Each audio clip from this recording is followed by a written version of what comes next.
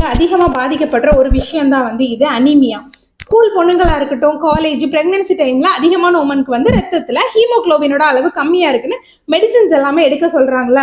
அந்த அனீமியாவோட அறிகுறிகள் என்னன்னு சொல்லி பார்க்கலாமா? ஃபர்ஸ்ட் அறிகுறி வந்து தலை சுற்றல். நம்ம ஸ்கூல் காலேஜ்ல நிறைய பொண்ணுங்க வந்து மயங்கி விழுறத வந்து பார்த்துருப்போம். இது அனீமியாவோட வந்து தெரிகிற அறிகுறி வந்து இதுதான், இந்த தலை சுற்றல். ரெண்டாவது வந்து முடி உதிர்வு வந்து அதிகமா வந்து இருக்கும். மூணாவது என்னன்னு பாத்தீங்கன்னா உள்ளங்கை உள்ளங்கால் வந்து ஐஸ் மாதிரி சில்லுன்னு இருக்கும், ஸ்வெட் ஆகுற மாதிரி. இது வந்து அனிமியாவோட மூணாவது அறிகுறி. நாலாவது நம்மளோட நெயில்ஸ் வந்து ரொம்ப ஒயிட்டா இருக்கும், பிளஸ் வந்து டேமேஜ் ஆகும், ஈஸியா வந்து உடைகிற மாதிரியோ இல்லாட்டி நகத்துல வந்து ஒரு மாதிரி பழுப்பு கலர்ல இருந்துச்சுன்னா இது அனிமியாவோட அறிகுறி. லாஸ்டா என்னன்னு பாத்தீங்கன்னா உடல் வந்து ரொம்ப சோர்வா வந்து ஃபீல் பண்ணுவாங்க.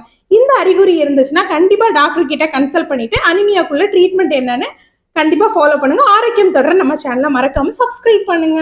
பாய்.